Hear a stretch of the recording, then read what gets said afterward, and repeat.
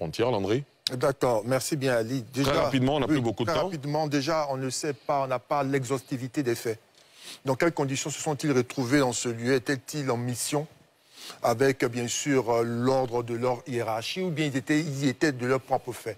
En tout état de cause, même la question même du lieu où ils ont été appréhendés pose un problème en termes de délimitation et démarcation des frontières. Mais dans tout état de cause, il faut savoir une chose, c'est qu'il ne faut pas penser un seul instant que c'est un fait qui est anodin. À plusieurs reprises dans l'histoire des relations entre ces deux pays, même avec le Mali, il y a eu ces incursions-là. Pourquoi?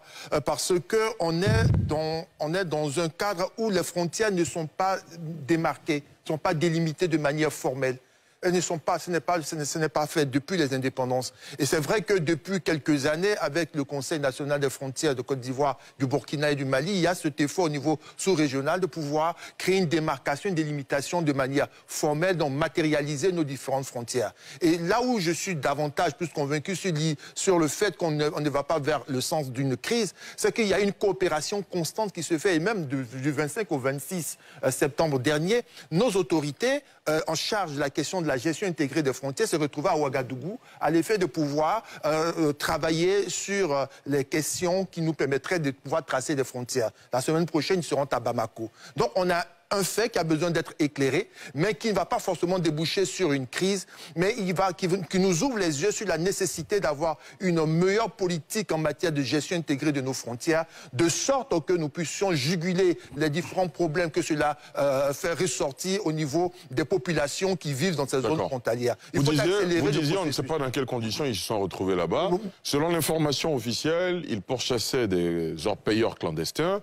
Et finalement, ils se sont retrouvés dans cette zone, au sujet de laquelle, justement, les frontières ne sont pas très bien délimitées. Dans la fameuse zone de No Man's Land, là, où aucun pays n'a réellement la possibilité de faire jouer son droit et sa force. D'accord, Landry. Docteur Sylvain Nguessan? Oui, c'est la difficulté du tracé des frontières, avec tous les pays d'ailleurs, hein, avec le Ghana. Que ce soit... Là où les frontières sont vraiment visibles, c'est là où il y a des fleuves.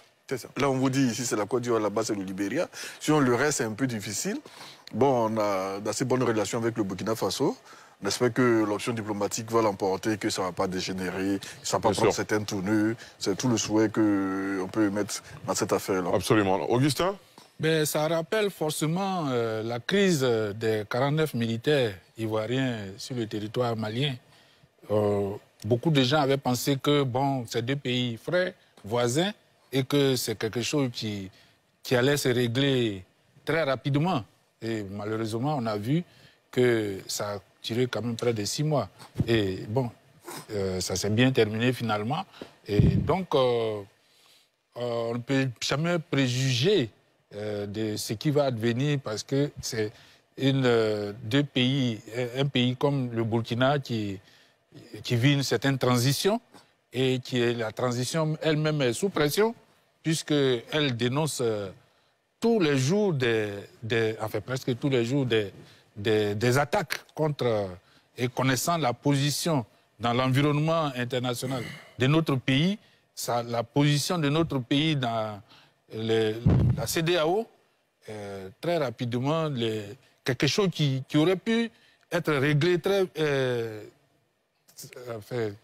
de façon aimable, sans animosité. Sans animosité, prend facilement de l'ampleur. Parce qu'il y a beaucoup d'interférences, beaucoup de gens qui interviennent dedans.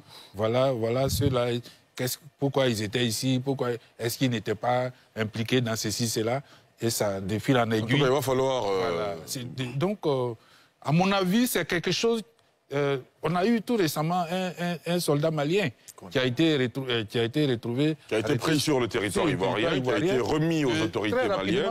2 jours plus tard, enfin même pas 2 jours, il a été remis à l'ambassade du Mali en Côte d'Ivoire. Donc, normalement, c'est des choses entre voisins qui devaient être réglées facilement. Mais comme on connaît le contexte international et sous-régional aussi, on ne sait jamais ce qui peut se passer. Docteur Koné?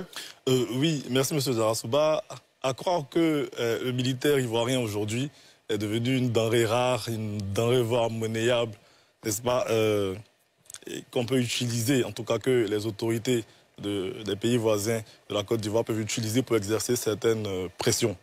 Et les conflits du moins le conflit qui existe en ce moment, si c'était déroulé il y a quelques années, avec des gouvernements démocratiquement élus, je pense, je pèse mes mots, aurait connu, n'est-ce pas, une issue assez favorable. Vous avez vu que le gouvernement de la Côte d'Ivoire a rétrocédé le militaire malien à ses autorités, parce que je pense que ça, c'est le comportement d'un gouvernement sage, le comportement d'un gouvernement qui est responsable. Voilà. Donc, moi, j'appelle vraiment le gouvernement ivoirien à continuer à jouer, n'est-ce pas, de sa vista, de cette maestria là qui a permis la libération de nos 49 soldats, pour aboutir très rapidement au retour de nos 2 soldats. Je veux bien être d'accord que nous ayons les plus belles tenues, hein, militaires de l'Afrique de l'Ouest, mais bon, quand même, faisons attention à chaque fois que ce genre de choses-là arrive, pour ne pas que, justement, il y ait une escalade pour aboutir à des choses beaucoup plus fâcheuses. François Bangali? Oui, je pense que c'est un fait, je considère que c'est un fait divers qui arrive souvent dans ces zones où il y a des interactions transfrontalières liées à la mobilité, parce que en dehors des points de passage, il n'y a pas de bornage qui marque véritablement la délimitation de la ligne frontalière, de sorte que ce sont des choses qui arrivent. Après, ça arrive dans un contexte tel qu'aujourd'hui, disons, il y a des frictions entre Abidjan et Ouagadougou, mais quand vous écoutez de chaque côté des 2 frontières, il y a un discours, sinon un silence sur le dossier, donc on évite de prêter des intentions à chacun. Là où, justement, il y a eu des voix qui se sont élevées pour tenter d'instrumentaliser ce fait ordinaire-là, c'est au niveau surtout des activistes, donc de la rumeur publique du côté burkinabé.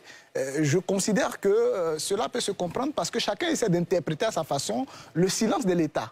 Voilà, donc je pense qu'il faut laisser la latitude aux 2 États de se parler et puis à travers des canaux diplomatiques, voilà, de régler ce fait ordinaire dans la zone frontalière. Il y a eu quelques années en arrière, il y a eu un soldat guinéen qui a été arrêté du côté de la frontière ivoirienne, qui a été remis par la suite aux autorités du pays. Et encore, pendant le mois passé, donc le 25 septembre, un soldat malien qui était venu s'approvisionner en alcool frélaté du côté ivoirien a été arraisonné.